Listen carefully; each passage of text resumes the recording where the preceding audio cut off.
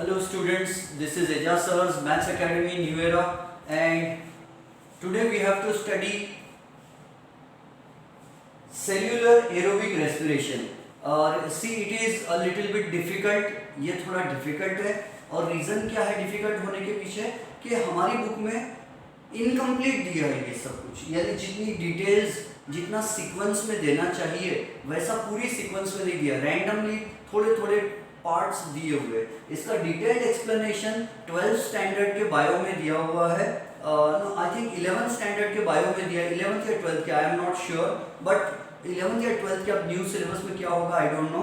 तो बायो में 11th 12th में ये हायर क्लासेस में दिया हुआ है, अपनी टेक्स्ट बुक में बहुत लिमिटेड दिया है और प्रॉपर सीक्वेंस प्रॉपर और कंप्लीट एक्सप्लेनेशन नहीं दिया है। तो जितना एक्सप्लेनेशन दिया है हमको उतना ही पढ़ना है, उससे ज़्यादा पढ़ेंगे भी तो एग्जाम में लिखने के काम नहीं आएगा।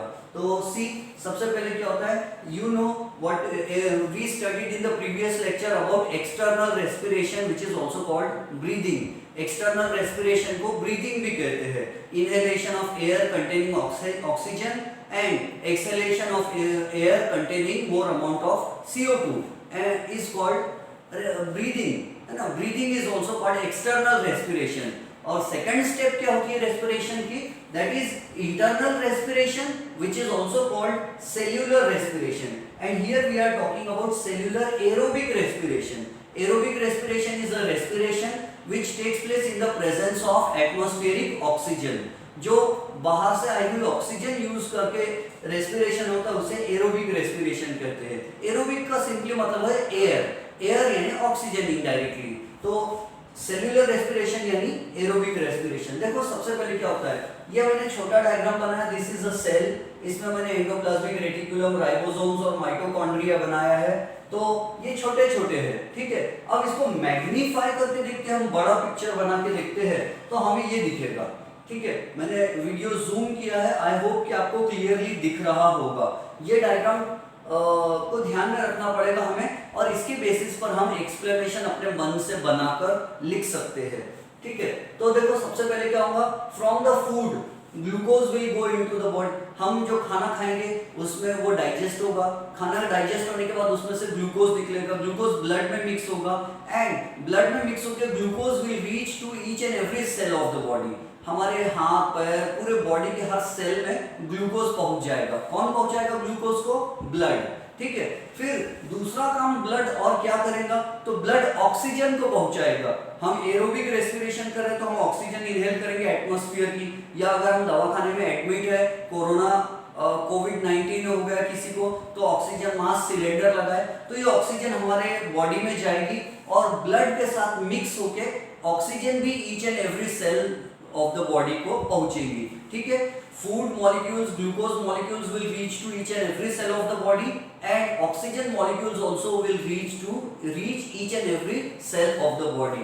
अब फिर क्या होगा, from the food glucose will enter into the cytoplasm. ये देखो ये पूरा बड़ा सेल है, माइटोकॉन्ड्रिया, ये जो छोटा सा यहाँ माइटोकॉन्ड्रिया है, माइटोकॉन्ड्रियन है, singular is mitochondrion and plural is mitochondria। Mitochondria are also called the powerhouses of the cell। Mitochondrion, एक माइटोकॉन्ड्रियन है, तो ये माइटोकॉन्ड्रियन को मैंने मैग्नीफाई किया, बड़ा किया, उसका काम बाद में पड़ेगा। सबसे पहले देखो सेल में, बॉडी के हर सेल में सबसे पहले साइटोप्लाज्म के अंदर में ग्लूकोज घुसेगा। ग्लूकोज ब्लड के मदद से हर सेल तक पहुंचेगा, हाथ के, पैर के, ब्रेन के, बॉडी के हर सेल तक ग्लूकोज पहुंच जाएगा। फिर वो सेल के अंदर जाएगा, ग्लूकोज सेल के अंदर जाएगा और सेल के अंदर ग्लूकोज जाएगा और एटमॉस्फेयर से या तो फिर सिलेंडर में से आई हुई ऑक्सीजन ब्लड में जो मिक्स हो गई, अब वो ब्लड में मिक्स होकर ऑक्सीजन भी कहाँ जाएगी, it will go to each and every cell of the body. तो हर सेल के अंदर दो चीजें मिक्स हो रही है, एक तो ग्लूकोज और दूसरा ऑक्सीजन। तो इसीलिए हम इसको एरोबिक रेस्पिरेशन बोल रहे हैं, क्योंकि ग्लूकोज में ऑक्सीजन मिल रही है। ऑक्सीडेशन होगा ग्लूकोज का, ऑक्सीडेशन यानी स्टेप बाय स्टेप फूड का जलना, ऑक्सीजन धीरे धीरे फूड को जलाती है। बट बर्न वर्ड यूज मत करना, बर्न यानी भड़क के जल जाना होता है। तो glucose will be oxidised step by step, glucose step by step oxidise होगा यानी उसके साथ ऑक्सीजन मिलेगी और ऑक्सीजन उसके साथ मिलकर ग्लूकोज से सबसे पहले क्या बनता है। तो अब ये नाम याद रखना है, रिमेंबर, इसका कुछ हमको ध्यान नहीं, बस सिर्फ याद रखना है, ये मेमोरी बेस्ड आंसर है। तो ग्लूकोज टूटेगा तो ग्लाइको का मतलब हमें हमेशा क्या होता है, ग्लाइको मीन्स ग्लूकोज। ये प्रोसेस जो है जिसमें ग्लूकोज टूटकर दूसरे केमिकल्स बनेंगे, इस प्रोसेस का नाम है ग्लाइकोलिसिस।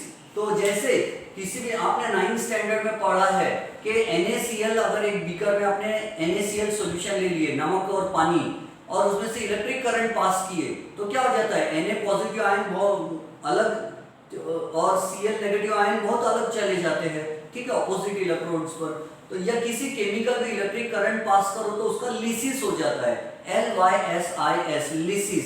लिसिस का मतलब होता है ब्रेकअप, ब्रेकअप यानी टूट जाना, ब्रेकिंग अप।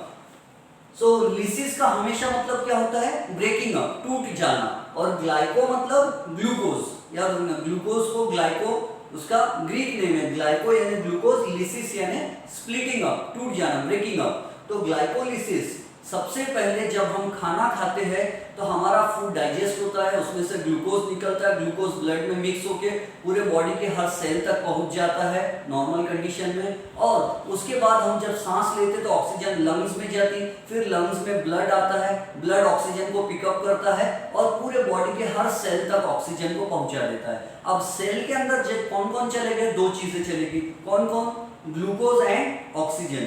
फिर glucose step by step oxygen step by step glucose में मिक्स होती है, ग्लूकोज को ऑक्सीडाइज करती है और ग्लूकोज को ब्रेकअप करती है, ग्लूकोज को तोड़ती है, ठीक है। ग्लूकोज का फॉर्मूला हमें मालूम है क्या है, ग्लूकोज का फॉर्मूला है C6H12O6, ग्लूकोज का फॉर्मूला है C6H12O6। इस ग्लूकोज को तोड़ती है ऑक्सीजन, और जब ये ग्लूकोज टूटता है तो क्या क्या बनता है, ये नाम याद रखना है, ये नाम है ग्लूकोज के टूटने से बनता है पाइरुविक एसिड के दो मॉलिक्यूल्स। पाइरुविक एसिड ये टाइप का एसिड है, ग्लूकोज के टूटने से पाइरुविक एसिड बनता है। कितने मॉलिक्यूल्स बनते हैं पाइरुविक एसिड के, 2 मॉलिक्यूल्स। ये देखो यहाँ 1 मॉलिक्यूल और ये सेकंड मॉलिक्यूल, 2 मॉलिक्यूल्स काय के बने, पाइरुविक एसिड के, ये याद रखना है। 2 molecules of pyruvic acid, 2 molecules of water, थोड़ा पानी बनता है ग्लूकोज के टूटने से। उसके बाद एटीपी बनता है। अब ये एटीपी क्या है, तो ATP is called the energy currency of the cell. मैं उसके लिए एक सेपरेट लेक्चर बनाऊंगा, एटीपी क्या है वो डिटेल में समझाने के लिए आगे। लेकिन फिलहाल में आप क्या याद रखोगे, at present you will remember ATP यानी होता है एनर्जी देने वाला केमिकल।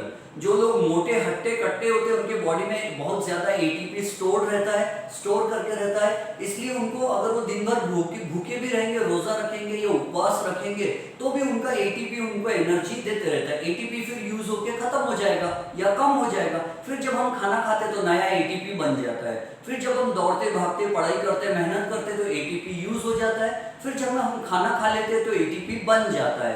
तो एटीपी एनर्जी देने वाला केमिकल है, ठीक है। जब काय से बनता है, जो हम खाना खाते हैं तो उससे एटीपी बनता है, एटीपी एनर्जी देता है और एनर्जी देके एटीपी यूज हो जाता है। फिर उसके बाद जब हम खाना खा लेते फिर एटीपी बन जाता है। जो लोग मोटे हट्टे कट्टे रहते हैं उनके बॉडी में बहुत सारा एटीपी जमा रहता है एक्स्ट्रा में, और दुबले पतले लोगों की बॉडी में एटीपी कम होता है, ठीक है। खाना खाने से एटीपी बनता है, खाने के डाइजेस्ट होने से, और ये ग्लूकोज से एटीपी बनता है। एटीपी क्या है, एनर्जी देने वाला केमिकल। मैं डिटेल में इसके ऊपर एक अलग लेक्चर बनाऊंगा, उसमें समझाऊंगा। फिलहाल में आप ये याद रखेंगे एटीपी क्या है, ये एनर्जी देने वाला केमिकल है। कैसे मिल रहा हमको, ग्लूकोज से, यानी ग्लूकोज खाने से एटीपी मिलता है, एनर्जी मिलती है। एटीपी तुरंत हमको एनर्जी देता है। तो ग्लूकोज पीने से इंस्टेंट एनर्जी क्यों मिलती है, क्योंकि ग्लूकोज से एटीपी बनता है। एटीपी क्या है, एनर्जी गिविंग केमिकल, एनर्जी देने वाला केमिकल। सो ग्लूकोज से एटीपी के दो मॉलिक्यूल्स एटीपी के बने, 2 H2O के बने, 2 पाइरुविक एसिड के बने और 2 NADH2 के बने। NADH2 क्या है, तो इसका नाम है nicotine amide adenine dinucleotide.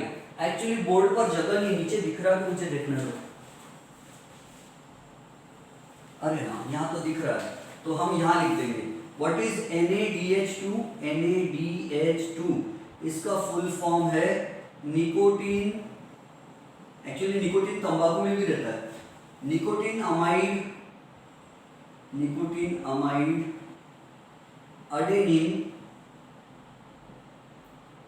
Die nucleotide, ये न्यूक्लियोटाइड नाम डीएनए में आया था, ठीक है। और एंड व्हाट इज FADH2, इसका फुल फॉर्म क्या है? इसका फुल फॉर्म है फ्लेविन अडेनिन,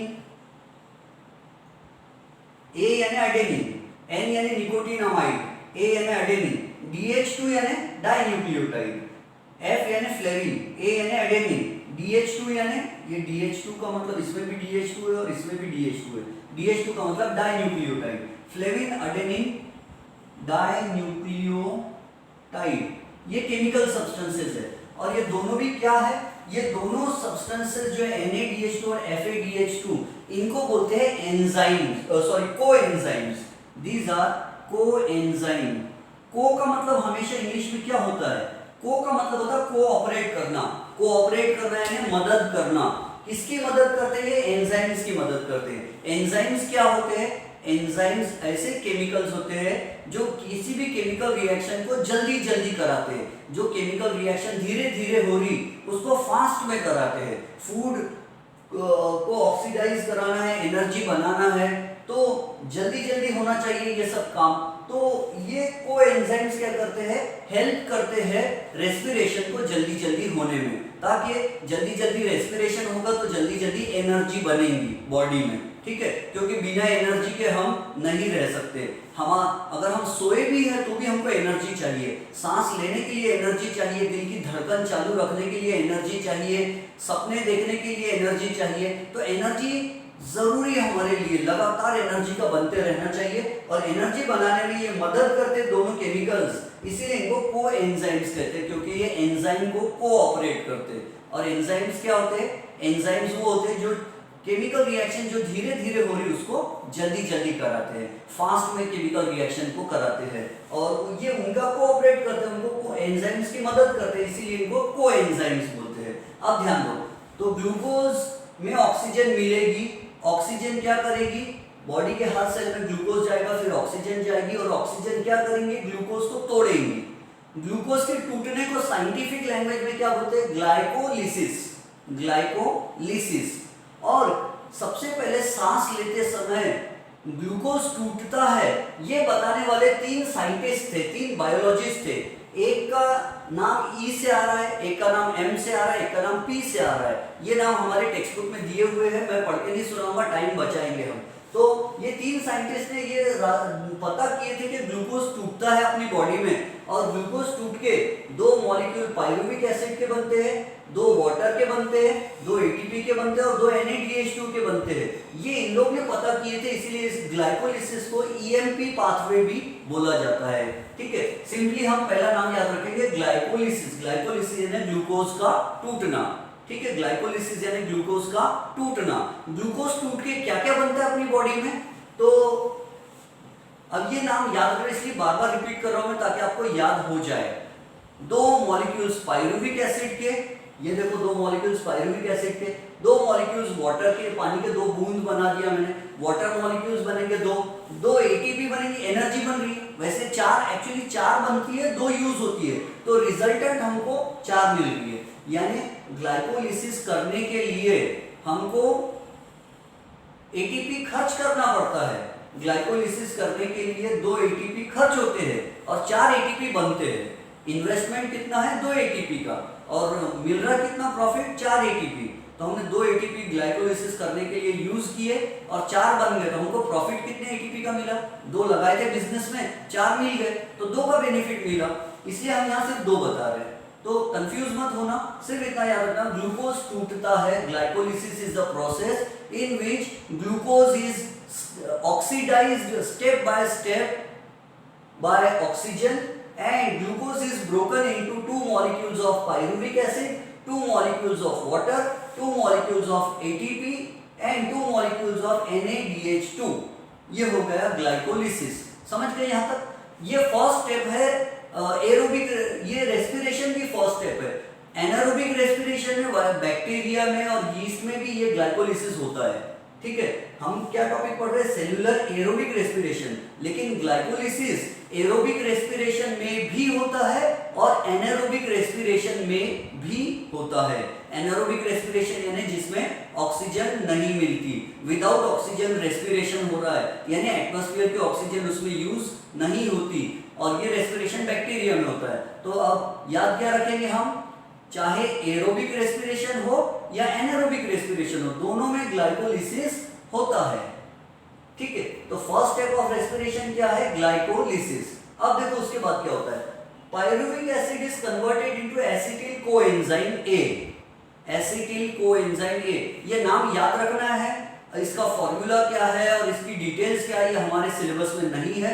अगर मैं आपको समझा भी दूं तो हमारे लिए हम एग्जाम में लिख नहीं सकते, क्योंकि जो टेक्स्ट बुक में दिया बस वही लिख सकते हैं हम। तो पायरुविक एसिड से क्या बनता, एसिटिल कोएंजाइम ए। दो पायरुविक एसिड थे तो दो पायरुविक एसिड से हमको क्या बनेंगे, दो एसिटिल कोएंजाइम ए।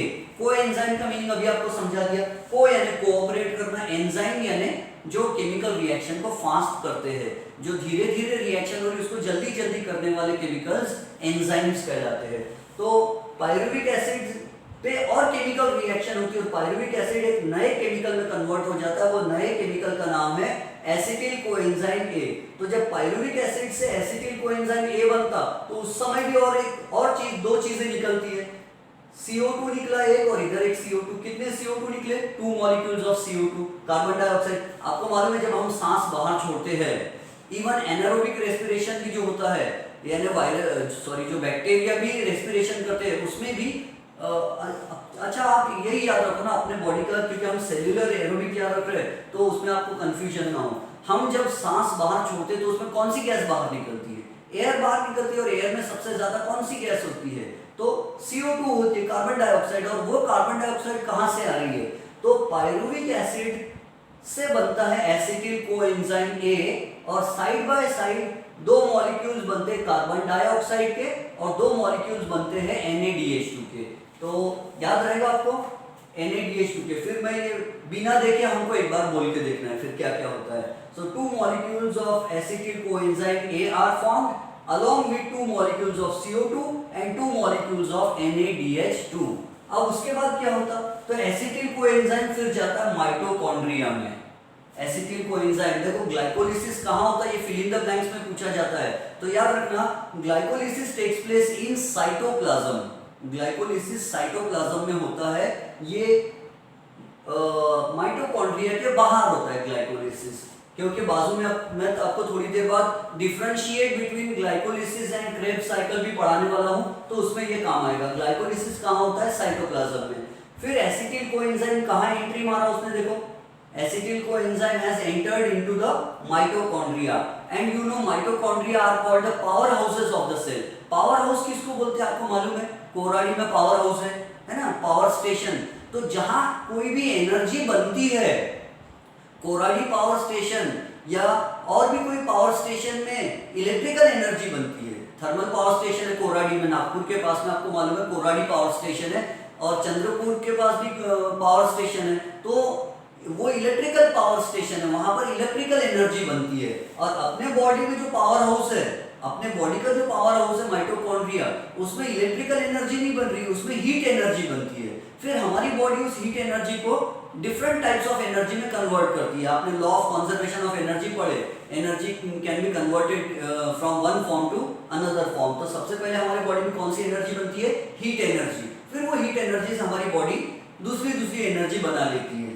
तो सब देखो एसिटिल कोएंजाइम कहाँ गया, माइटोकॉन्ड्रिया में गया, माइटोकॉन्ड्रिया में। अब माइटोकॉन्ड्रिया में एनर्जी बनने वाली है, यहाँ पे भी ATP बना, थोड़ी सी एनर्जी बनी बाहर। तो कितने ATP बने, ग्लाइकोलिसिस होने से सिर्फ 2 ATP बने, एनर्जी बहुत कम बनी। ठीक है, अब एसिटिल कोएंजाइम कहाँ आ गया, acetyl coenzyme has entered into the mitochondria. अब माइटोकॉन्ड्रिया में आया तो माइटोकॉन्ड्रिया में केमिकल रिएक्शन होगी, सीरीज ऑफ केमिकल रिएक्शन होगी। सीरीज यानी एक के बाद एक रिएक्शन, धड़ाधड़ फटाफट जल्दी जल्दी एक रिएक्शन, फिर दूसरी, फिर तीसरी, और ये रिएक्शन जल्दी जल्दी कौन कराता है, कोएंजाइम। कोएंजाइम यानी आपको अभी समझा दिया मैंने, जो एंजाइम की मदद करते हैं, और एंजाइम्स का काम क्या है, रिएक्शन को जल्दी जल्दी कराना। तो यहाँ पर साइक्लिक रिएक्शन होंगी, साइक्लिक रिएक्शन का मतलब एक केमिकल से दूसरा बनेगा, दूसरे से तीसरा, तीसरे से चौथा, चौथे से पांचवा, पांचवे से छठवा और छठवे से दूसरा। समझ रहे हो? या पहले केमिकल से दूसरा केमिकल बना, दूसरे से तीसरा बना, तीसरे से चौथा बना, चौथे से पांचवा बना, पांचवे से सिक्स्थ केमिकल बना और फिर सिक्स्थ केमिकल काहे में कन्वर्ट हो जाता? फर्स्ट में। फिर फर्स्ट केमिकल सेकंड में कन्वर्ट होता, सेकंड केमिकल थर्ड में कन्वर्ट होता, थर्ड वाला फोर्थ में कन्वर्ट होता, फोर्थ वाला फिफ्थ में कन्वर्ट होता, फिफ्थ वाला सिक्स्थ में कन्वर्ट होता और सिक्स्थ वाला फिर से फर्स्ट केमिकल में कन्वर्ट हो जाता। तो बार बार यही होते रहता लगातार, तो इसलिए इसको बोलते हैं साइक्लिक रिएक्शन। और ये ऐसी रिएक्शन अपने बॉडी के सेल में होती है। ये सबसे पहले जिसने पता किया था वो साइंटिस्ट का नाम था sir Hans Kreb, Hans H-A-N-S, Hans, और उनका सरनेम था C-R-E-B, क्रेब, हैंस क्रेब। ठीक है, वो साइंटिस्ट का, वो बायोलॉजिस्ट का नाम क्या था?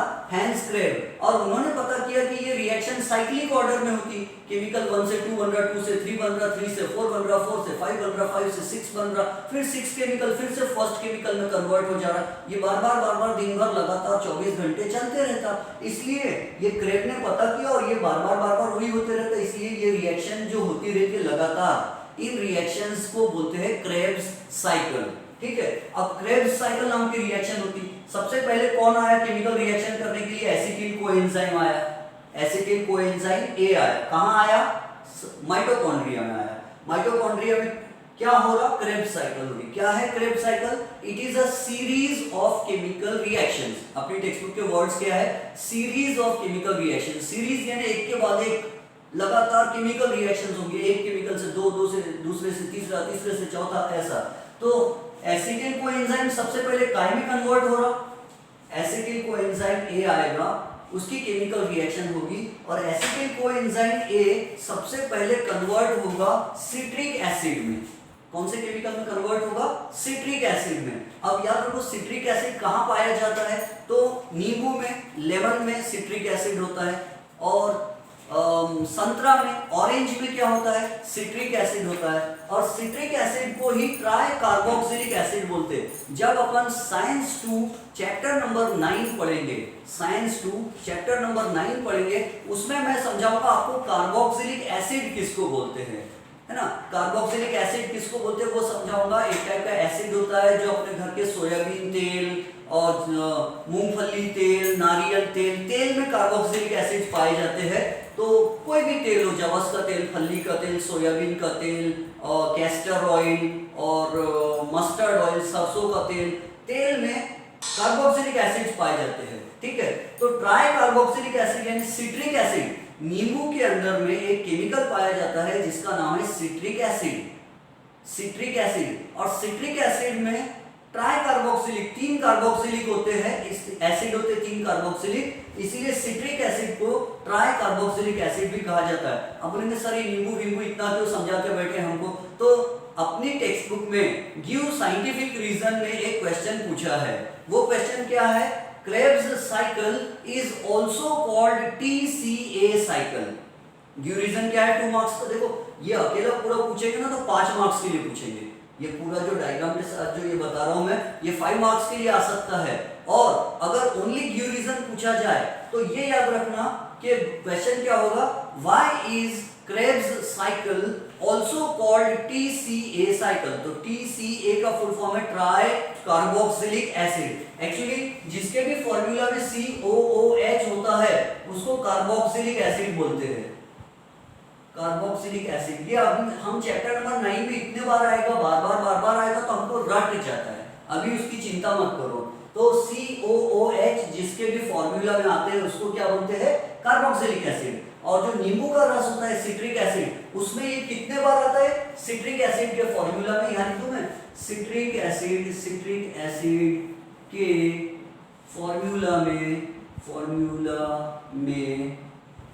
सिट्रिक एसिड के फॉर्मूला में COOH यानी कार्बोक्सिलिक एसिड 3 टाइम्स आता है।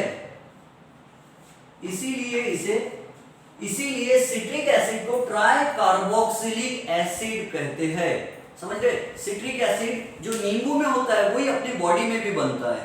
जब अपन रेस्पिरेशन होते रहता है, जब अपन सांस लेते तो अपने सांस लेते समय माइटोकॉन्ड्रिया में सबसे पहले क्या बनता है? एसिटिल कोएंजाइम की केमिकल रिएक्शन होके सबसे पहले क्या बनता है, सबसे पहले सिट्रिक एसिड बनता है। ठीक है, सिट्रिक एसिड वही एसिड जो नींबू में पाया जाता है, संतरा में पाया जाता है, खट्टी चीजों में पाया जाता है जनरली, वो वाला एसिड हमारे बॉडी में भी बनता है। हमारे बॉडी के हर सेल में जहां माइटोकॉन्ड्रिया है, जिसमें माइटोकॉन्ड्रिया है, आरबीसीज में माइटोकॉन्ड्रिया नहीं होते, तो सिट्रिक एसिड बनेगा सबसे पहले। बात समझ में आया? ड्यूरेशन समझ गए? क्रेब्स साइकिल को सिट्रिक एसिड साइकिल क्यों बोलते हैं? Krebs cycle, why is Krebs cycle called citric acid cycle? Because Krebs cycle में सबसे पहले एसिटिल कोएंजाइम कन्वर्ट होता है सिट्रिक एसिड में। क्रेब्स साइकिल में एसिटिल कोएंजाइम सबसे पहले सिट्रिक एसिड में कन्वर्ट होता है, और सिट्रिक एसिड में कार्बोक्सिलिक एसिड के तीन फंक्शनल ग्रुप्स होते हैं। यानी सिट्रिक एसिड के फॉर्मूला में COOH यानी कार्बोक्सिलिक एसिड 3 टाइम्स होता है, इसीलिए इसको ट्राई कार्बोक्सिलिक एसिड भी कहते हैं। सिट्रिक एसिड का दूसरा नाम क्या है? Try carboxylic acid. आज का टॉपिक बड़ा गर्म है, बहुत दिमाग खराब करने वाला है, लेकिन मजबूरी का नाम महात्मा गांधी, हमको पढ़ना जरूरी है तो पढ़ना ही पड़ेगा, आपको ये सब याद रखते जाना है। तो एसिटिल कोएंजाइम सबसे पहले काय में कन्वर्ट होगा? सिट्रिक एसिड में। फिर सिट्रिक एसिड काय में कन्वर्ट होगा? दूसरे केमिकल में। फिर दूसरा केमिकल काय में कन्वर्ट होगा? तीसरे में। कौन कौन सा है? दूसरा कौन सा है, तीसरा कौन सा है, चौथा कौन सा है, हमारे सिलेबस में नहीं है। सबसे पहले एसिटिल कोएंजाइम काय में कन्वर्ट हुआ? Citric acid. सिट्रिक एसिड काय में कन्वर्ट होगा? दूसरे केमिकल में। दूसरा केमिकल काय में कन्वर्ट होगा? तीसरे में। तीसरा काय में कन्वर्ट होगा? चौथे में। चौथा काय में कन्वर्ट होगा? पांचवे में। पांचवा काय में कन्वर्ट होगा? छठवें में, सिक्स्थ में। सिक्स्थ काय में कन्वर्ट होगा? फिर से सिट्रिक एसिड में कन्वर्ट होगा। तो ये साइकिल हो रही है, गोल गोल घूम के वहीं पे आ रहे हैं, तो इसलिए इसको बोलते हैं क्रेब्स साइकिल, क्योंकि ये हैंस क्रेब ने पता किए थे। जब ये क्रेब्स साइकिल होते रहती है, ये रिएक्शन, सीरीज ऑफ रिएक्शन होते रहती है, तो CO2 और बनती है। देखो यहाँ भी CO2 बनी थी और यहाँ पर भी CO2 बनती है, कार्बन डाइऑक्साइड गैस बनती है। ये बहुत सारी सब बन के जमा होती है और अपन सांस बाहर निकालते तो एक साथ फिर CO2 बहुत सारी निकल जाती है। और क्या बना? पानी। आपको मैंने कल भी, इससे पुराने लेक्चर में भी बताया था कि जब हम सांस बाहर छोड़ते हैं तो सिर्फ CO2 ही नहीं निकलती, उसके साथ साथ मॉइस्चर भी निकलता है, यानी पानी की नमी भी निकलती है हमारे नाक में से। अगर आप सांस बाहर छोड़ो नाक में से और हाथ रखो तो आपके हाथ पे हल्का हल्का पानी लगेगा। तो जब हम सांस लेते हैं तो CO2 भी बनती है और पानी भी बनता है। ये समझ गए? और इसके साथ और क्या बन रहा है? तो देखो यहाँ पर कितनी चीजें बन रही? 4। क्रेब्स साइकिल में कितनी चीजें बन रही? 4। बाहर कितनी चीजें निकल रही है? एक्चुअली 4। एक है CO2, दूसरा है H2O, फिर एक है NaDH2। क्या नाम है इसका? NaDH2।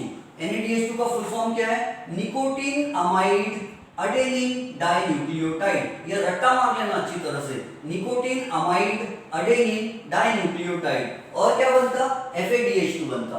FADH2 का नाम क्या है? Flavin adenine dinucleotide.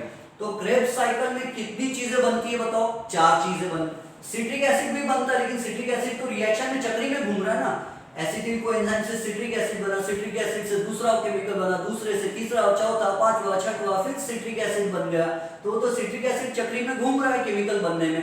बाहर क्या फेंक रहा है? क्रेब्स साइकिल में बाहर क्या निकल रहा है मटेरियल? तो बाहर निकल रहा है CO2, बाहर निकल रहा है H2O, और क्रेब्स साइकिल में बाहर निकल रहा है NaDH2 और निकल रहा है FADH2। समझ गए? और क्रेब्स साइकिल कौन सी स्टेप है रेस्पिरेशन की? सेल्यूलर रेस्पिरेशन की 3 स्टेप्स होती है। पहली है ग्लाइकोलिसिस, सेकंड है क्रेब्स साइकिल, और तीसरी का नाम है ETC। ETC एक टीवी के चैनल का भी नाम है, ETC पंजाबी, ETC गुजराती। तो यहाँ याद रखना ETC का नाम है electron transport chain. Electron transfer chain, transport नहीं है एक्चुअली, इट इज ट्रांसफर है वो शायद, हाँ it is electron transfer chain. मैंने गलती से ट्रांसपोर्ट लिख दिया, वैसे ट्रांसपोर्ट भी होता है, ट्रांसफर का मतलब ही ट्रांसपोर्ट होता है। इलेक्ट्रॉन ट्रांसफर चेन, तो इलेक्ट्रॉन ट्रांसफर चेन रिएक्शन यहाँ पर होती है, ऑक्सीडेशन होता है। अब क्योंकि अभी हमारा साइंस 1 का चैप्टर नंबर 3 नहीं हुआ, तो आपको बहुत डिटेल में ऑक्सीडेशन का मीनिंग नहीं मालूम है। आपको ऑक्सीडेशन का शॉर्टकट मीनिंग क्या मालूम है? किसी भी चीज में ऑक्सीजन का मिलना, उसको बोलते ऑक्सीडेशन। ठीक है, वैसे दूसरा मीनिंग और एक होता है, किसी चीज में से हाइड्रोजन निकल जाना या इलेक्ट्रॉन निकल जाना, उसको भी ऑक्सीडेशन बोलते हैं। लेकिन आप अभी ये ऑक्सीडेशन की डेफिनेशन बिल्कुल भी याद मत रखो। हम, क्योंकि जब वो चैप्टर आएगा धीरे धीरे हमारा लेवल बिल्डअप होगा तो हमको और ज्यादा चीजें अच्छे से समझेंगी। फिलहाल तो हमको ये बस याद रखते चलना है क्योंकि ये टॉपिक याद रखने वाला है। क्रेब्स साइकिल में क्या बना, CO2 H2O NADH2 FADH2, बात समझ गए। फिर उसके बाद थर्ड स्टेप कौन सी है सेल्यूलर रेस्पिरेशन की, electron transfer chain. Electron transfer chain कहां होता है, माइटोकॉन्ड्रिया में। क्रेब्स साइकिल भी कहां हुई थी, माइटोकॉन्ड्रिया में, याद रखना। क्रेब्स साइकिल भी माइटोकॉन्ड्रिया में होती है और इलेक्ट्रॉन ट्रांसफर चेन भी माइटोकॉन्ड्रिया के अंदर ही होती है। अब इलेक्ट्रॉन ट्रांसफर चेन में क्या होता है, तो ये जो FADH2 बना था, काहे में बना था, ये क्रेब्स साइकिल के कारण जो बना था, ये कहां जाता, इलेक्ट्रॉन ट्रांसफर चेन रिएक्शन में जाता है। इलेक्ट्रॉन ट्रांसफर चेन रिएक्शन में जाके क्या बनाता है, सॉरी, इलेक्ट्रॉन ट्रांसफर चेन में जाकर रिएक्शन में जाकर क्या बनाता है, ATP बनाता है। FADH2 से कितना ATP बनता है, 2 ATP बनता है। FADH2 से क्या बना, एक FADH2 कितना ATP बनाता है, फिल इन द ब्लैंक्स में पूछा जा सकता है। एक FADH2 से कितना ATP बनता है, 2। 1 FADH2 gives rise to 2 ATP molecules। ATP क्या होता है, एनर्जी गिविंग मॉलिक्यूल, एनर्जी देने वाला मॉलिक्यूल। जिसके बॉडी में ज्यादा ATP है उसके बॉडी में ज्यादा एनर्जी है। जो कमजोर लोग हैं उनमें ATP कम रहता है। जिसको भूख लग गई बहुत जोर के और जो बहुत लंबे समय से जिसने खाना नहीं खाया उसकी बॉडी में ATP कम है, और जो खा पी के डाइजेस्ट करके आराम से बैठा है उसके बॉडी में ATP ज्यादा है। तो एक FADH2 से 2 ATP बनते और एक NADH2 से कितने ATP बनते, 3। तो याद रखेंगे अपन कि 1 NADH2 नाधु, इससे कितना ATP बनता, 3 ATP बनता है। NADH2 से 3 ATP बनता है। 1 NADH2 3 ATP बनाता है और 1 FADH2 क्या बनाता, फाधु। ये नाधु और फाधु भाई है, समझो। FADH2 1 FADH2 से कितने ATP बनते, 2 ATP बनते, ठीक है। 1 NADH2 टूट कर क्या देता है, 3 ATP देता है और 1 FADH2 को तोड़े तो 2 ATP मिलता है। और ATP क्या है, एनर्जी। तो देखो एक NADH2 से 3 मिले, एक FADH2 से 2 मिले, ऐसे बहुत सारे NADH2 टूटते रहेंगे, FADH2 टूटते रहेंगे और सब मिलाकर माइटोकॉन्ड्रिया में कितने, ये पूरी रिएक्शन जितनी हो रही सेल के अंदर में, एक ग्लूकोज मॉलिक्यूल से टोटल मिलाकर 38 ATP मिल जाते हैं हमको पूरे। यानी ग्लूकोज का एक मॉलिक्यूल खाए हमने, मान लो शक्कर का एक दाना खाए तो कितना ATP मिलता है, 38 ATP बन जाता है। एक ग्लूकोज मॉलिक्यूल से 38 ATP बनता है, ठीक है। ये याद रहेगा आपको।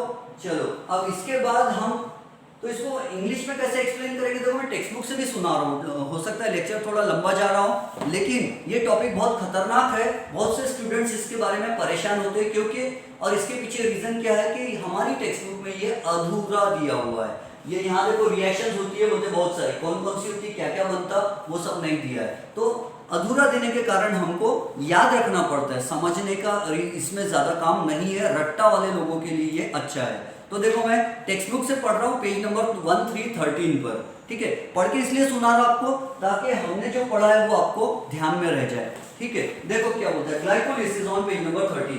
Process of glycolysis occurs in cytoplasm. हम ये पढ़ लिए ग्लाइकोलिसिस कहाँ होता है, साइटोप्लाज्म में होता है। A molecule of glucose is oxidised step by step. A molecule of glucose is oxidised step by step.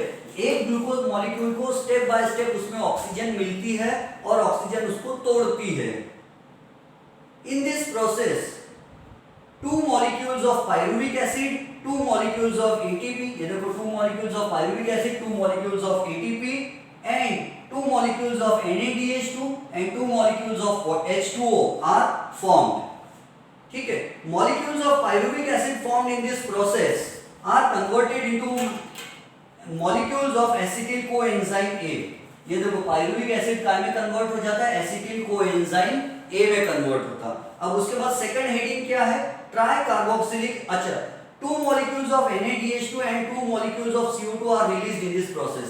Acetyl coenzyme जब बनता है उस समय 2 molecules of CO2 रिलीज होते हैं और 2 molecules of NADH2 रिलीज होते हैं। यानी ये डायग्राम को याद रखना है हमको, और ये डायग्राम को याद रख के इसको शब्दों में पिरोना है।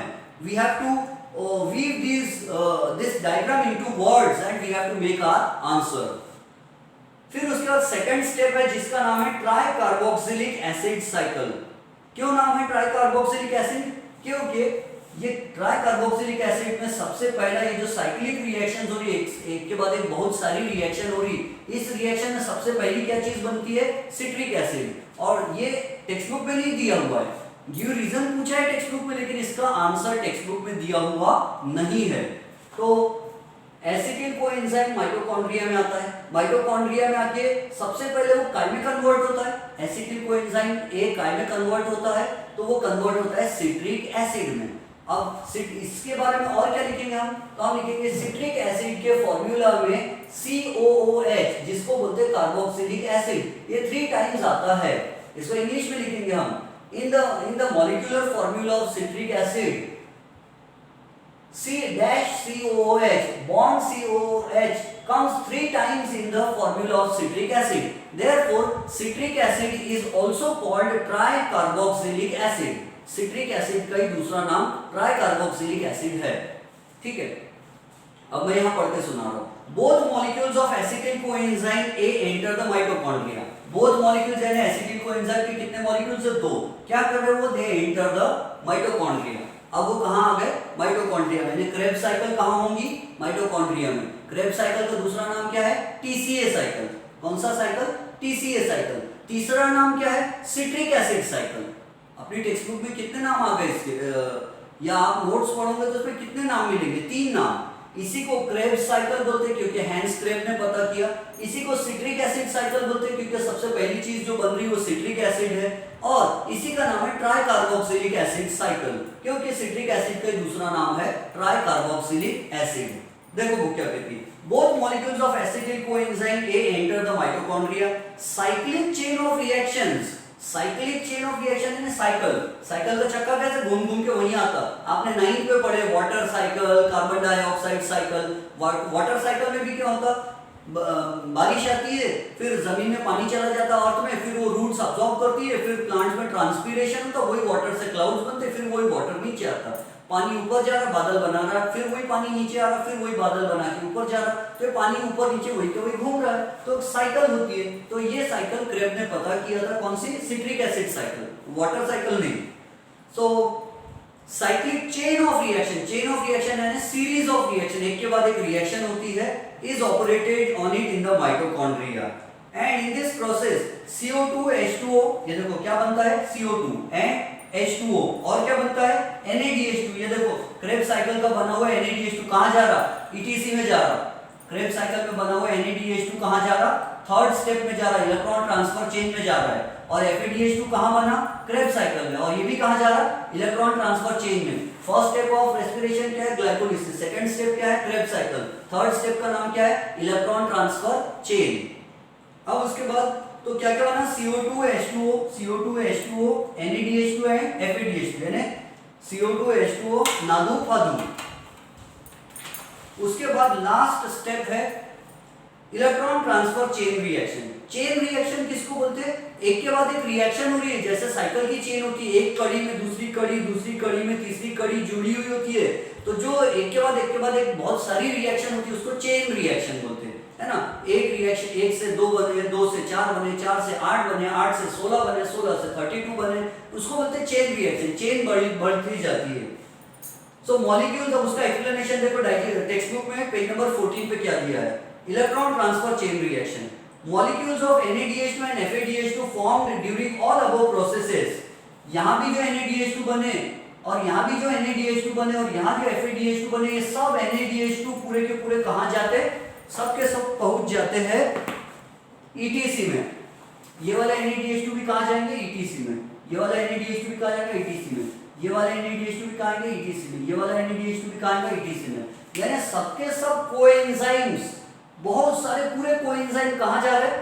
ETC में जा रहे हैं। और ETC कहाँ हो रहा है? इलेक्ट्रॉन ट्रांसफर चेन माइटोकॉन्ड्रिया में। यानी पूरे नादू और पूरे फादू, सबके सब नादू और फादू कहाँ चले जाते? माइटोकॉन्ड्रिया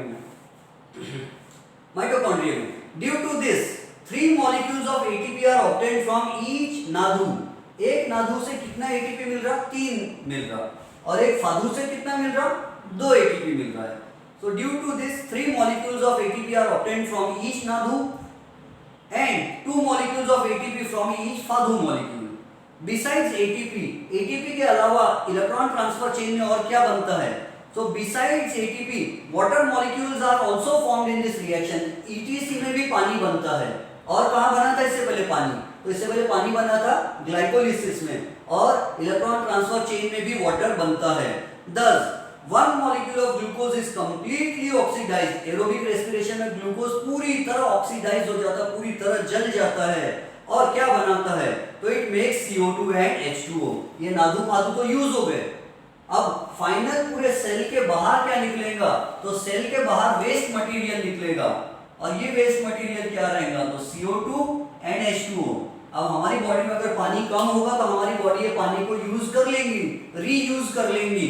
अगर आपको बहुत देर से प्यास लगी, आपने पानी नहीं पिए, तो ये जो रेस्पिरेशन में जो पानी बना है, ये आपकी बॉडी इसको रीयूज कर लेंगी. लेकिन CO2 को हम रीयूज नहीं कर सकते, तो CO2 को बाहर निकालना जरूरी है. अगर कार्बन डाइऑक्साइड बॉडी में ज्यादा जमा होगी तो CO2 पॉइजनिंग होकर हमारी डेथ भी हो सकती है. इसीलिए CO2 को बॉडी से निकालना जरूरी है. समझ में आया? आई होप आपको ये समझ गया होगा. बस शॉर्ट में मैं आपको डिफरेंशिएट बिटवीन का आंसर समझा देता हूं, फिर हमारा ये वीडियो खत्म हो जाएगा.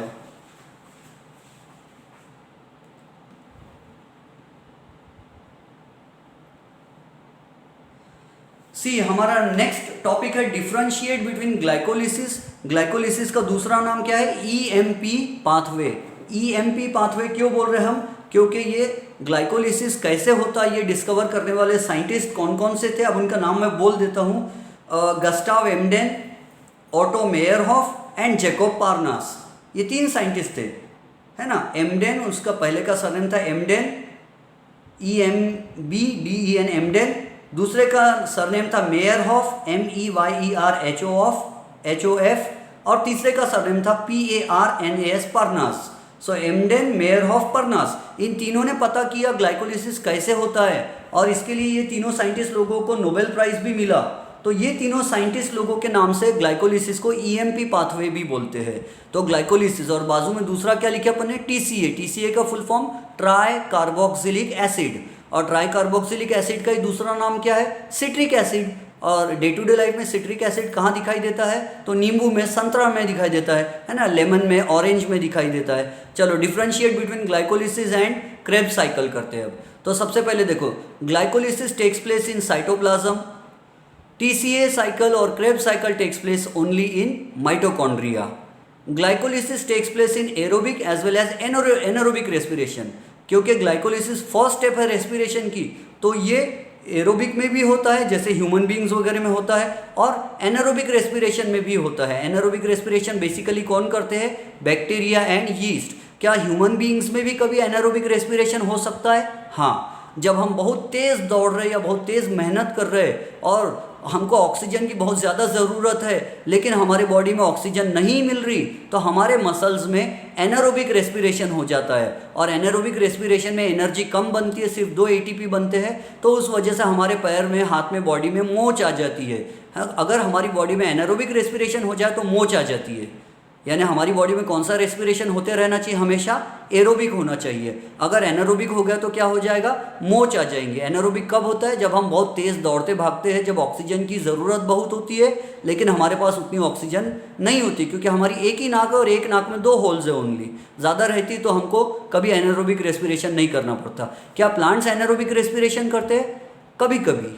वैसे प्लांट्स भी एरोबिक रेस्पिरेशन ही करते हैं, लेकिन मजबूरी में प्लांट्स को भी एनारोबिक रेस्पिरेशन करना पड़ता है. कैसे? तो मैंने प्रीवियस लेक्चर में बताया कि जब अगर सीड जर्मिनेट हो रहा है, अगर आपने चने का एक दाना मिट्टी में लगा दिए, तो जब तक वो चने के दाने में से कोम नहीं निकल जाएंगे, स्प्राउट नहीं निकल जाएगा, पौधा नहीं निकल जाएगा, तब तक उसमें एनारोबिक रेस्पिरेशन होगा. ठीक है, चलो ग्लाइकोलिसिस का सेकंड पॉइंट क्या है? It takes place in aerobic as well as anaerobic respiration. Krebs cycle का सेकंड पॉइंट क्या है? It takes place only in aerobic respiration. Krebs cycle कभी बैक्टीरिया में नहीं होती. क्रेब्स साइकिल कभी यीस्ट में, बेकरी वालों के यीस्ट में नहीं होती.